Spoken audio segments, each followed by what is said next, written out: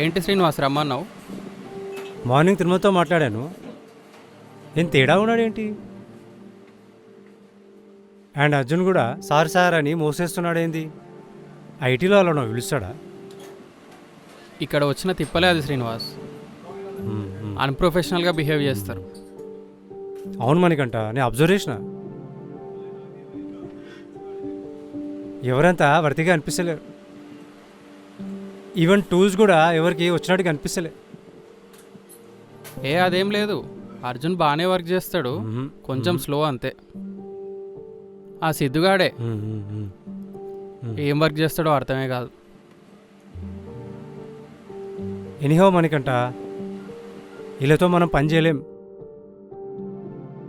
Better మనం కొత్త team form చేద్దాం. రమేష్ కూడా మనపైన హై ఎక్స్పెక్టేషన్ పెట్టుకుండు. ఇప్పుడు ఉన్న టీం కూడా చెప్పి చేయించుకుంటే బాగానే చేస్తారు కదా. నో మనకంట చాలా స్లోగా ఉన్నారు. నువ్వు ప్రొఫైల్ చూడు, మనం ఇంకో టీం ఫామ్ చేద్దాం.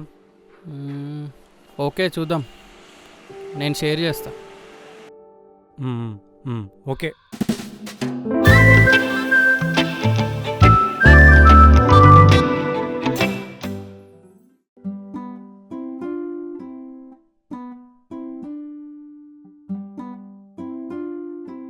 ఏంటి మనకంట డల్గా ఏం లేదు, కనిపిస్తున్నావు? దా కూర్చో.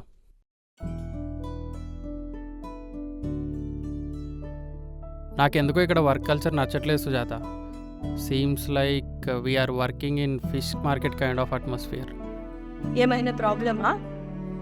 నీకు తెలియదేముంది, ఇక్కడ వర్క్ చేసే వాళ్ళకన్నా మేనేజర్లకి సలాం కొట్టే వాళ్ళకే విలువ ఎక్కువ. అది నా వల్ల కాదు, అందుకే నేను రిజైన్ చేసేద్దాం అనుకుంటున్నా. ఇంకో ఆఫర్ ఏమైనా ఉందా? ఏం లేదు, ఫస్ట్ ఇక్కడ నుంచి బయటపడాలంతే. అయినా నీకు విషయం చెప్పాలి. రమేష్ కోసం చాలా హార్డ్ వర్క్ చేశాను. డే అండ్ నైట్ సపోర్ట్ చేస్తూ పడిపోయిన ప్రాజెక్ట్ని మంచి పొజిషన్లకు తీసుకొచ్చా. రీనా రిక్వెస్ట్ని ఫుల్ఫిల్ చేయగలిగాను, కానీ ఆ తిరుమలని అర్జున్ని మాత్రం సాటిస్ఫై చేయలేకపోతున్నా. వారి టార్చర్ తట్టుకోలేకపోతున్నా. ఆ కొత్తగా వచ్చిన శ్రీనివాస్ ఏంటో అర్థమే అవ్వట్లేదు. ఇంతకాలం నా పాత కంపెనీలో సరదాగా పనిచేసేవాడిని, కానీ ఇక్కడ ఇంత హార్డ్ వర్క్ చేస్తున్నా ఎవరో వెనక్కి లాగినట్టు అనిపిస్తుంది. మేబీ బహుశా ఐటీలో పాలిటిక్స్ అంటే ఇవేనేమో.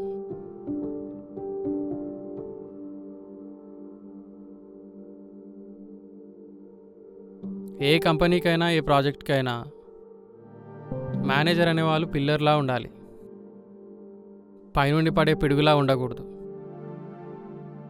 ఊసరివిడిలాగా రంగులు మార్చకూడదు. అందుకే రిజైన్ చేద్దాం అనుకుంటున్నా.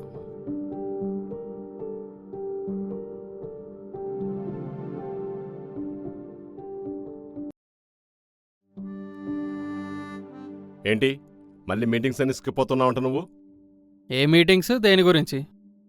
నీ మీద చాలా కంప్లైంట్స్ వస్తున్నాయంటున్నారు.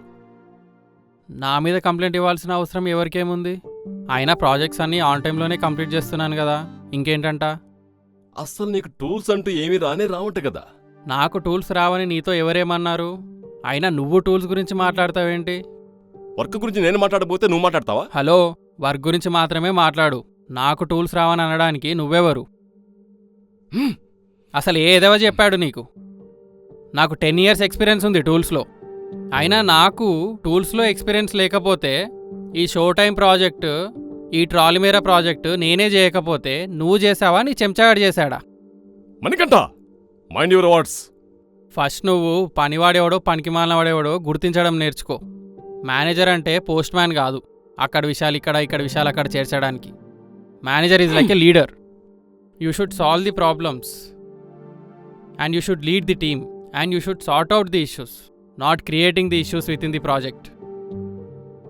నీలాగా అనవసరమైన బొక్కలన్నీ వెతికి ప్రాజెక్ట్స్ మీద కన్నా మిగిలిన పనికిమాల విషయాల మీద కాన్సన్ట్రేషన్ పెట్టడం కాదు. రోజు మధ్యాహ్నం ఫ్రీ ఫుడ్ తిని పందిలా వాడుకునే నీకు మా వర్క్ గురించి ఏం తెలుస్తుంది? అయినా మీ బ్రతుక్కి ఒక్క ప్రాజెక్ట్ కూడా లేదు సరిగ్గా ఇక్కడ. అసలు నా మీద ఏ ఏదవ కంప్లైంట్ ఇచ్చాడో చెప్పు ఫస్ట్. మీ టీం లీడర్ శ్రీనివాసే ఇచ్చాడు. శ్రీనివాస? శ్రీనివాస్ ఇచ్చాడా?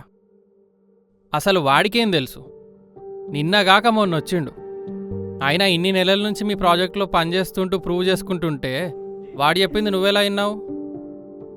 ప్రతి ఆఫీస్లో నీలాంటి పనిరాని పనికిమాల మేనేజర్లు ఉన్నంత వరకు మాలాంటి బ్రతుకులు ఇలాగే ఏడుస్తాయి.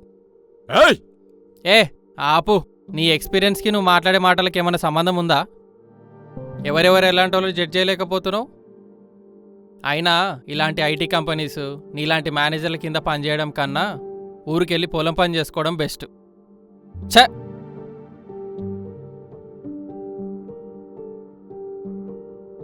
చూడు తిరుమల్, 25 సంవత్సరాల ముందు ఒక కంపెనీ కింద పడింది. దానికి కారణం ఏంటో తెలుసా? పైనున్న పెద్దవాళ్ళు కాదు, కిందున్న ఎంప్లాయీసు కాదు, మధ్యలో ఉన్న నీలాంటి మూర్ఖపు మేనేజర్లే. ఈరోజు నీ రాజకీయానికి నేను బలై ఉండొచ్చు, కానీ ఏదో ఒక రోజు నువ్వు కూడా బలవుతావు. దీన్నే కర్మ కాన్సెప్ట్ అంటారు. Good bye. అసలు ఎందుకు ఇలా జరిగింది? అసలు ఎవరిని నమ్మి తప్పు చేశాను? నా వర్క్ నేను 100% కరెక్ట్గానే చేశాను కదా. తప్పెక్కడ జరుగుంటుంది? ఏంటి నా గురించి కంప్లైంట్ చేసావంట శ్రీనివాస్? అర్జున్?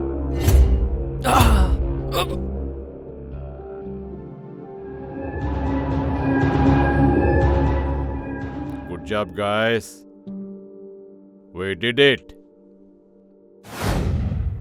ఓ, అయితే అర్జున్ శ్రీనివాస్ అనమాట నన్ను నా క్యారెక్టర్ని చంపింది. దీనికి సపోర్టు తిరుమల్. ఇంత జరుగుతుంటే మనం ఇక్కడ ఉండి వేస్ట్. ఉండాల్సిన అవసరం కూడా లేదు. Hi Ramesh.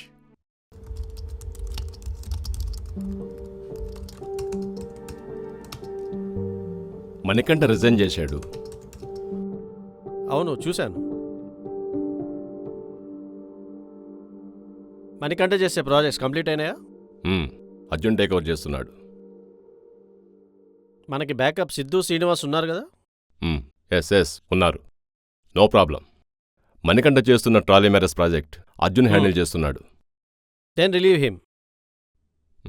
Okay Ramesh, thank you. Okay.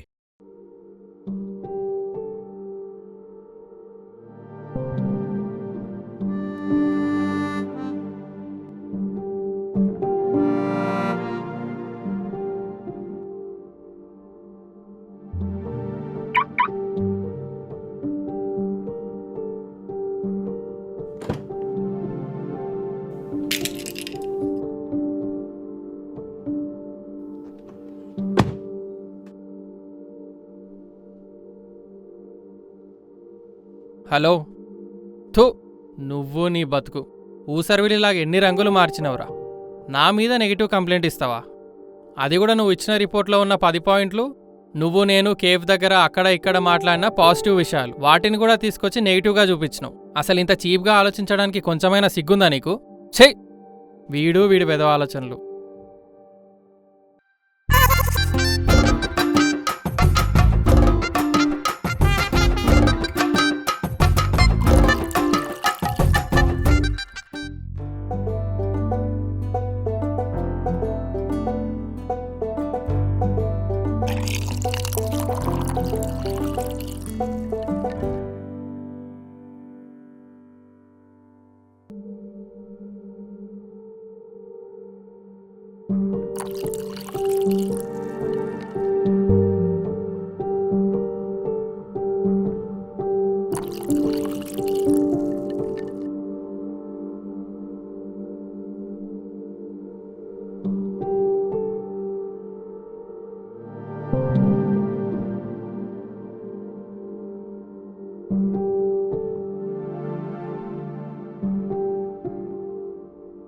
Sir, ఈ మణికంఠ మమ్మల్ని అస్సలు కేర్ చేయడం లేదు సార్. కొత్తగా వచ్చిన శ్రీనివాస్ కూడా వాడి వైపే మాట్లాడుతున్నాడు. నాకు అర్థం కావట్లేదు సార్.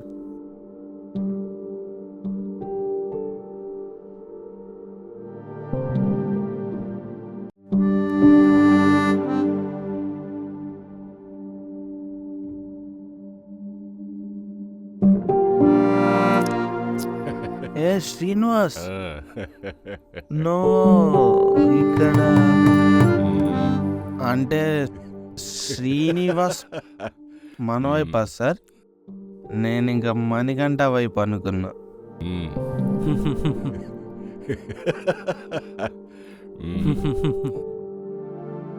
ఇదంతా తిరుమల సార్దే స్కెచ్. మీ ప్లాన్ సూపర్ సార్. ఏ శ్రీనివాస్, ఏమింత లేటు? వర్క్ ఎక్కువ ఉంది సార్. ఓకే పద. మన ఫస్ట్ పార్టీ సార్. చేస్.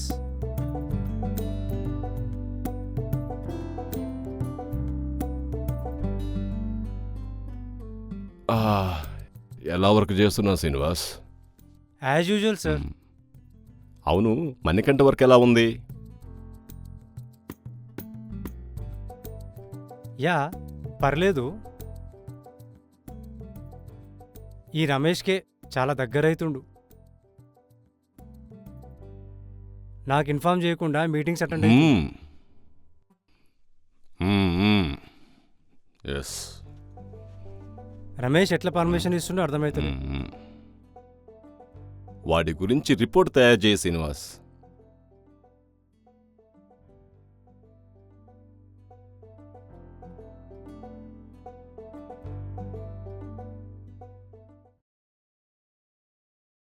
అవును, అసలు ఈయనకి ఇంత freedom ఎట్లిచ్చిర్రు?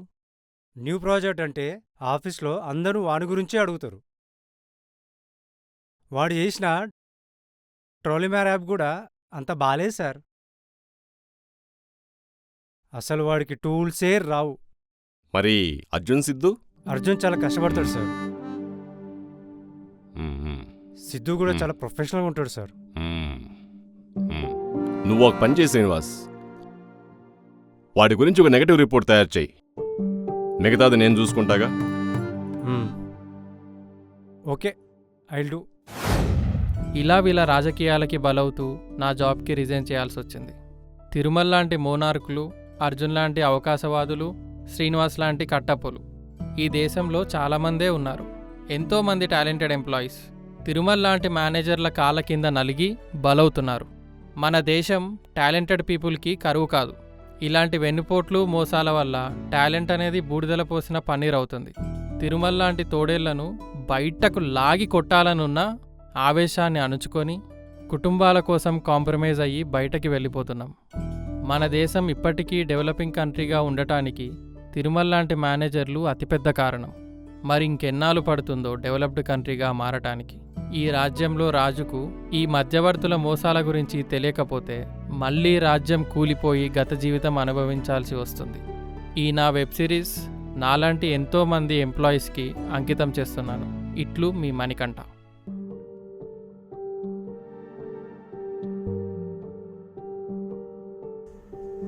Morning Manikanta. Hey Varsha. Need your signature on this file. Okay.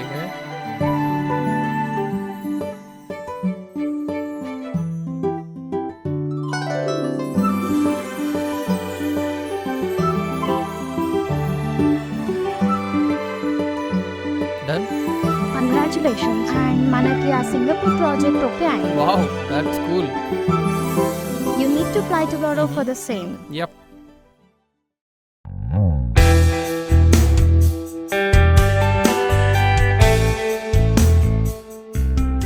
పళ్ళున్న చెట్టుకు రాళ్ళు రువినా కానీ మధురమైన పళ్ళు ఇస్తుంది. టాలెంట్ ఉన్న చోట ఎన్ని ఎదురు దెబ్బలు తగిలినా, ఎన్ని వెన్నుపోట్లు పొడిచినా టాలెంట్ కోసం తట్టుకునే శక్తిని ఇస్తుంది. అరచేత్తో ఈ సూర్యుని ఆపాలనుకుంటే నిత్యం మరోవైపు వెలుగునిస్తూనే ఉంటుంది. ఇట్లు మీ మణికంఠ రాజేంద్రబాబు.